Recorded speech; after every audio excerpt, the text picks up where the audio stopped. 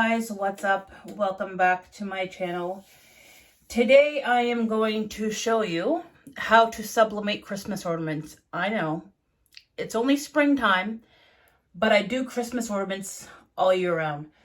I have one customer and this is probably her third order this year already for Christmas ornaments. Third. So I have to make 4 more, and I wanted to show you guys how I do it, the time and temperatures, and so on and so forth.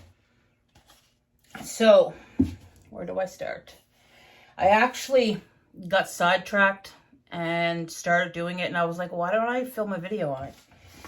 So, I've already taped it on the paper, but these are the style Christmas ornaments that I ordered. They're MDF, and I ordered them off of Amazon. I'm not sure how to pronounce the proper spelling of the name, but if you search for sublimation ornaments, these will probably be the ones that will pop up first, between these and just plain round ones. And the MDF, I find it so much easier to work with. The aluminum's probably good too, but I've tried sublimating on acrylic before. Oh, buddy, I hate it with a passion. I prefer the MDF.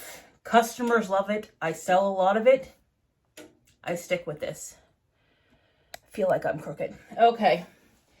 So this size that I use, when I measure it at the picture to print it out, I do 4.44 by 3.33 down.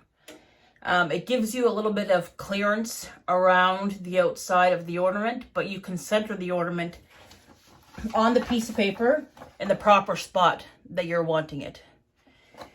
So I'm going to press one side first, and then I'm going to adhere the other side. So of course, when you put it on your press, you do it this side up because you want the image to come off the paper onto the ornament. So I just finished making a blanket, and I said I might as well do this at the same time.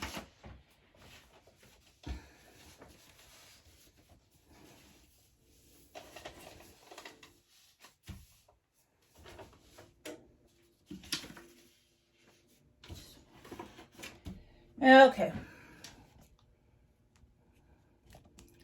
Turn you this way so you can see.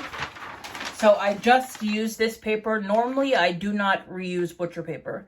I highly recommend having butcher paper.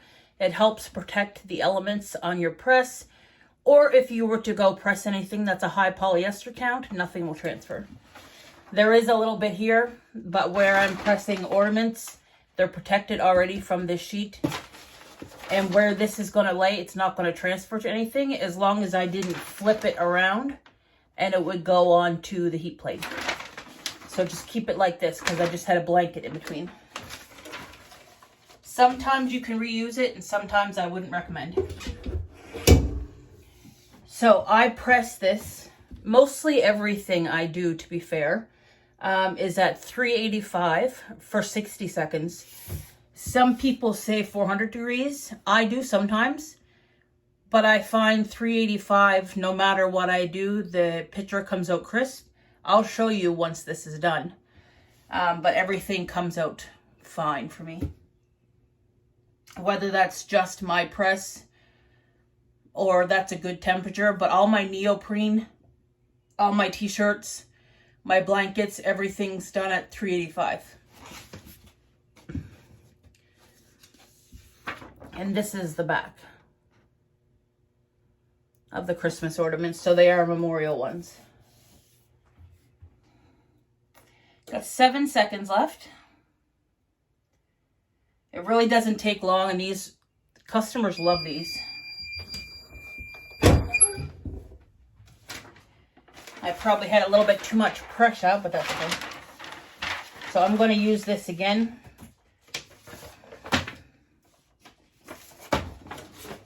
Actually, no, I'm not. So this is what happens, see? When the heat gets in contact with the ink on the paper, it creates a gas, so it spreads. And you don't want to get that on anything. Also, with the MDF, if you do peel the tape off the side that you haven't pressed, when it's too hot, there is a chance that the MDF will peel. You don't want that to happen because then you ruin an ornament. So when I pulls it off, I tape it so it's on the paper. I just pop it off the paper. So in that picture, it comes out perfectly. So all these 4 are the exact same. I just don't peel the tape off the backing at the moment because it's so easy. You will ruin so much if you tend to peel that off when it's too hot. Like if you just peeled it off right quick, you're pulling the white right off of the ornament. And I'd rather be safe than sorry. So you don't have to wait till it's completely cool. And when you peel it up, try to peel it up sideways. Don't just go and peel it that way because then it'll lift from here. So just try to go on a slant like that. And they cool down and not very long. So I just go very slow. If you notice it starting to lift, definitely stop. But I've ruined a lot. Ruined a lot.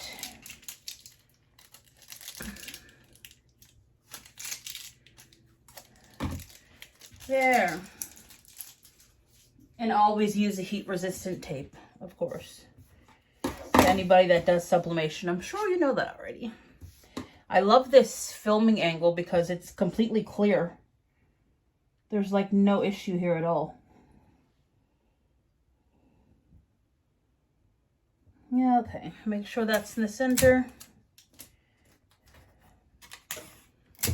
I'm happy to be getting these things done.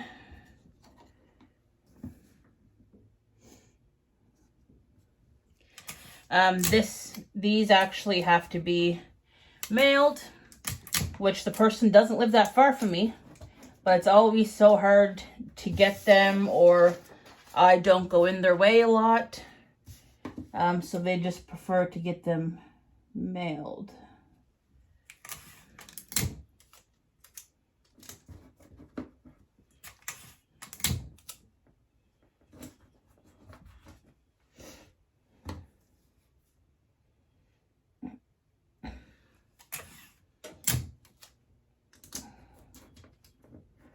I should have probably turned that a little bit so you guys could have seen what I was doing. I'm so trying to get back on this filming game all the time. And I love doing the how-to videos because I enjoy the business that I do. And I enjoy helping others. So all of that is all set now. On the 2 pieces of paper for the 4. So now I have to cut more butcher paper. And I'm actually running low. This is not a good thing. This roll I bought was $100. You can probably get it cheaper. I bought this from my supply store, but they bought this from Uline.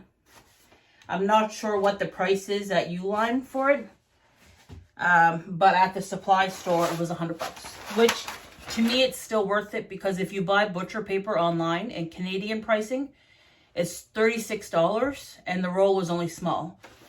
I think one day I actually went through a whole roll of the butcher paper from Amazon.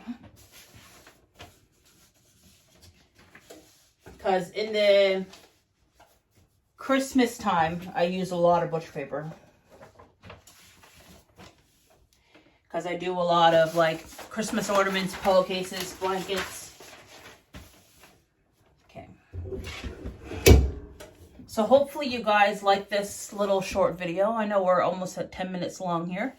But it's basically start to finish of how to make Christmas ornaments. I print all my images off of Cricut Design Space. Where the image is only small, I don't need to upload it to anything else. I know I could print from Inkscape if I wanted to, but Cricut Design Space just does just as good. And I'll save the file on there anyway, so 30 more seconds, and then she's all done. So yeah, and I fully recommend if anybody is wanting to start a business like this, sublimation is honestly really great for making money from, because I have an EcoTank 2720, so you can't buy that printer anymore, but you can buy the updated version. And I do a lot. And I can probably, oh my goodness, the ink lasts forever. I'd say maybe I fill it twice a year, just all depends. But I have 2 EcoTank 2720s.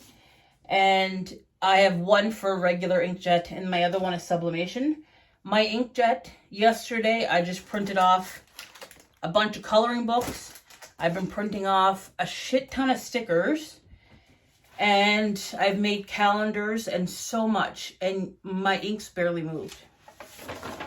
It's so well worth EcoTanks. I love them. I had an HP inkjet before.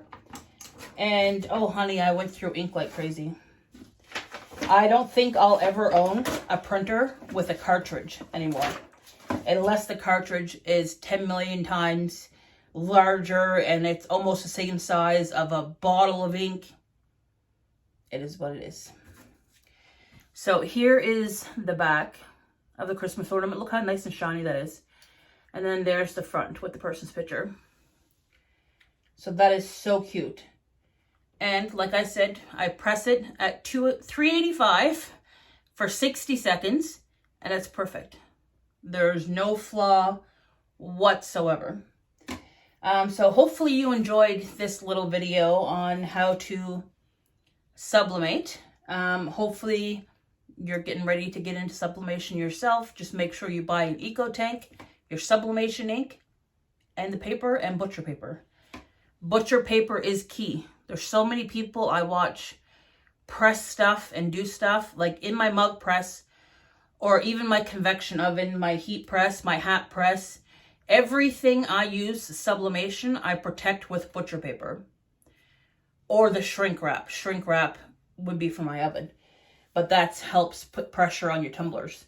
But definitely butcher paper. You want white butcher paper with no wax coating off of Amazon. So it's around $30 some a roll. So well worth it, or you can get it from Uline. So hopefully you enjoyed yet again. Thank you for joining in. Don't forget to subscribe, like, share if you'd like, and I will catch you in the next one. Bye-bye.